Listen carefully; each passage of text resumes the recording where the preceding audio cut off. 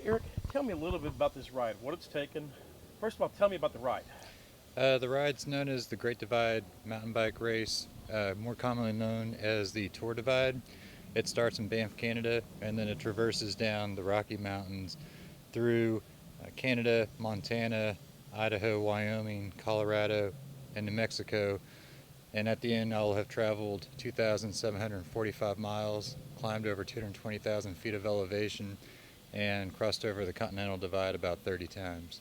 This is my sleeping bag. It's a mountain hardware sleeping bag. It's rated down to 45 degrees. So it may be a little bit lighter than I want it to, especially if the weather turns bad, but the good news is I won't get too comfortable and I'll get up and keep on riding. How much weight is there? Right here, I think it's roughly 13 ounces, maybe 14 ounces. Keep you that warm. Yeah, it'll keep me pretty warm. Okay. There was another one that was double the price of this one. I couldn't afford it though, but it was like 10 ounces and it went down to 35 degrees. How much does something like that cost? Well, I've been really generous with getting some discounts, just explaining what I'm doing, but the retail of the sleeping bag I would have liked to have gotten was $350. Okay. I didn't want to spend more than 200, and so luckily I was able to get a discount on this one. And I think I ended up getting it for like 150, 160 or so. Okay. So it wasn't too bad.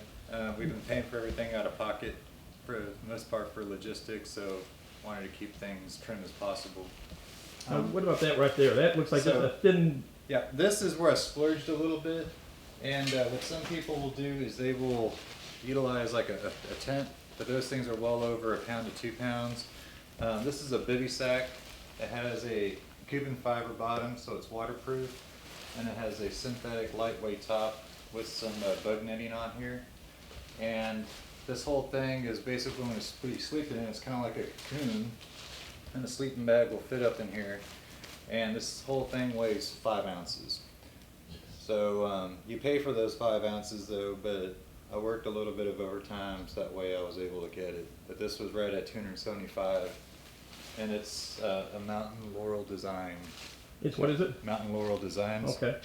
So the guy makes great stuff, and I think they're in Virginia, if I'm not mistaken. But yeah. So basically, this is the outer shell. Sleeping bag will go in here, And all that into this one little package in the bike. okay. And all of that's going to go into a little stuff sack that I have. Now we're talking not streets either. Yeah, this is 90% off-road, maybe 85% off-road, 10 to 15% on-road, and it's pavement, but it's in pretty remote areas. You know, a lot of the towns I'll be going through are going to be little one-horse towns, and super nice people, just they close up pretty early, so I'll have to make sure that I plan my stops appropriately. So I bought myself a sleeping pad. It's made by Climate, and it's designed to have cutouts, so that way you reduce a lot of weight, and it's a torso pad, so basically only the top half of me will be supported by it. I was able.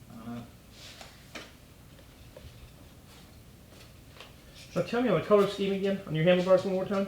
So the color scheme is, the green is for the non-Hodgkin's lymphoma. One of our paramedics, PJ Mallory, has been aggressively treating a diagnosis that he got earlier this year, actually right around Christmas time, I think. And then the pink is for Olivia Kaufman, who's another one of our employees. She was diagnosed with breast cancer, and so I'm wearing the colors, or sporting the colors, to hopefully just, you know, give their situation a little bit of support and bring some awareness to it. What about overnight? What are you planning on doing? Well, in this little bag I have right here in the front, I have my bivy sack and a sleep system, and it's basically I'm going to find a nice place that's pretty solitude-like, and go camp overnight there for about maybe 5 or 6 hours a night before I get up and start it all over the next day. How many hours a day you talk about riding? My goal is to be about 16 to 18 hours a day. There's, you know, things that take time away from that, such as emergencies, nature calls, eating food, and then bike maintenance and stuff like that. So I'm hoping to stay on for about 16, 17, 18 hours a day. How many miles are we talking? About 110, 120 is what I'm hoping for a Of day. rough terrain, not Yes. rough terrain. Yeah. What does it take? What made you decide to do this? Well, there was a documentary called Ride the Divide that I saw a few years ago, and it started piquing my interest about it. I liked how pure of a race it was, that it was just basically man versus nature, only accompanied by his bike. And then a friend of mine named Billy Rice did the same race back in 2012, and he did the traditional route north to south, and he was talking about it, how much fun he had. It was grueling, but he had a really good time with it. And then the next year he ended up doing what's called the yo-yo. So he started south, went all the way north up to Canada, turned around, and then came back south. And he received quite a bit of recognition at that point, and he ended up doing it in like 44 days total. And he finally bugged me enough to where I agreed to do it. Got the blessing of the wife. She said okay, and make sure you do it before we start having any kiddos, because we just got married, so this is the year to do it. What about now? Billy was pretty much your coach through the whole thing. Yes. Yeah. What does it take? I mean, miles a day, training, and things like that for the past couple of months or past year or so. Well, it's a combination of efforts. We don't have any mountains here in Texas, so you do a lot of high intensity training to make up for that. So the bulk of what I did was interval training, and every once in a while, probably about once or twice a month, I'd do either an 8-hour ride or a 12-hour ride on the bike. And that was just mainly to get used to being in the saddle for that long, to figure out what foods work for you and what foods don't, and product placement about where you're going to keep all the stuff on your bike. You're doing it for the organization also, not just for yourself, but you're going to help out a charity too. Tell me a little about that. Correct. The Gift of Hearing Foundation, founded by Eileen Jones, who's also a cochlear implant user herself. What they do is they identify families that have a need for resources or anything like that, and often these families have children that are deaf and or hard of hearing, so they need resources to help them out with American Sign Language, or for help with hearing aids, or in some extreme cases cochlear implants. Each one of these resources, having knowledge about it, allows a family to make the best decision for them. And so for the families that decide to go down the cochlear implant route, they take on a little bit more of a burden because of the cost of the devices. From pre-screening to devices and surgery through rehabilitation, it's anywhere from $50,000 to $100,000. So that's a lot. Even people that have insurance and have it, cut down a little bit, that's a lot of money. What the Gift of Hearing does is they will team up with a other group called the Colorado Neurology Institute or Neurological Institute. I need to verify the the organization, but what they do is negotiate the cost down to $8,000 to $10,000, and in some cases they can cover the entire cost of surgery and everything. What's this route? I mean, it's rough. It's terrain. They're saying possibly some snow on the route yet.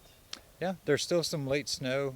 Billy reports that there's snow in northern New Mexico and in Colorado. He says that Montana is pretty dry, and so that if everything in Colorado and New Mexico dries out, then this could be a pretty fast race this year. There's a lot of big contenders coming out. The guy that holds the record, Jay Peterberry, he's going to be out there this year. And so, I mean, just seeing that guy go, he'll finish in like 16 days as opposed to my 25-day hope. 16 days. 16 days.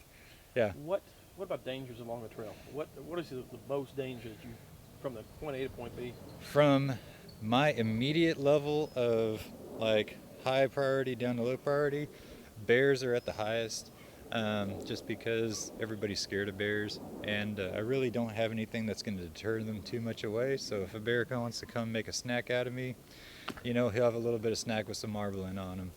But other than that, though, the other big danger is obviously inclement weather. Hypothermia is always the thing, dehydration, and then when we come down to water purification, just what happens if all those bad elements in the water don't get destroyed, then not only are you naturally going to be dehydrated, but then you'll have giardia, right, and that will add a whole other level of difficulty to it.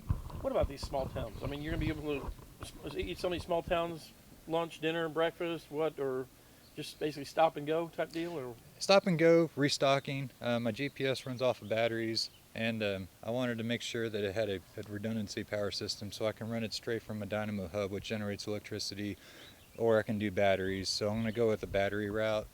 just because I don't want to draw too much power away from the hub for other devices, and I can use that as a backup if needed. But you know, restocking food, figuring out what the local intel, what are the ridges like, what are the passes like, are they snowed over, are they open, what's the situation for those. And then I'm really going to enjoy the fact that we're going to be able to interact with a lot of those town folks. Those really are the gem of the Tour Divide from what I've been told. Excuse me. And people really come together to help out the racers in any way that they can. Okay. What about, I mean, the route, you look 28 days, you're figuring 26, 28 days at least, almost a month really, basically on gone on Yeah. this. Yeah. Now Billy, he's also doing this again. He started down New Mexico. He's riding up there this time. Correct. He started off, I think he was looking to set a record for northbound, but with the snow and everything that was in northern New Mexico, it wasn't feasible to do. There's no way that he could have covered that much terrain. So he defaulted to his primary mission this year, which is to ride his tandem bike. It's a custom-made tandem bike by Shell Monet, and Billy's a big guy, so none of the bike manufacturers can really make a bike that fits him, so he had to look for somebody to make it. But he's riding his tandem with his 16-year-old daughter, and they're going to be the first father-daughter combination to ever complete the Tour Divide, going the traditional route. And she will be the youngest person to ever complete it whenever she's successful. How many riders start out? Right now on the list, I see 114. How many will finish it?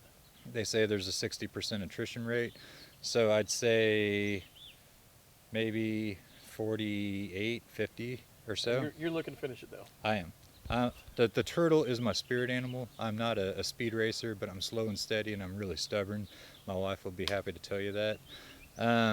So I am just not going to accept defeat at all, and even if it takes me a lot longer than expected, as long as I have the time off for work, then that will be the only limiting factor. Now you're a paramedic with Montgomery County Hospital District. Correct. How are they, what vacation time you have to do on this or what? Right now I have a total of 45 days straight of vacation. So, of course, once that's exhausted, then that's pretty much it. That's when I'll have to make a difficult decision. Whether I want to continue and not get paid or come back and get paid. So I think hopefully I'll be done with 20 days to spare. But if not, I have a little bit of reserve. Just a little bit to come back and relax for a couple of days before you go back to work. That would be nice, but I'm totally prepared to get back into town and go to work the next day if I have to. And how long you been over there? 13 years, 1 month. What are the fellow workers and employees they're thinking about this? They think I'm crazy, but they always thought that, so it's no big deal. A lot of them have actually started looking into maybe doing something like this themselves. It seems like there's a good bulk of our employees who are really big into athletics now. We had a guy that just competed the Ironman. He was the first one of our employees that ever completed that. So it was really neat. His name is Jacob Shaw. And man, he was out there all the way to the end. I think he had maybe 30 minutes left on the clock, but he made it. And so I want to give my hat off to him because that's a grueling task in of itself. There's quite a few others that have done long distance hiking or remote hiking that have expressed interest in this as well. And a lot of our bike team members have talked about maybe trying to at least ride the route at some point or another.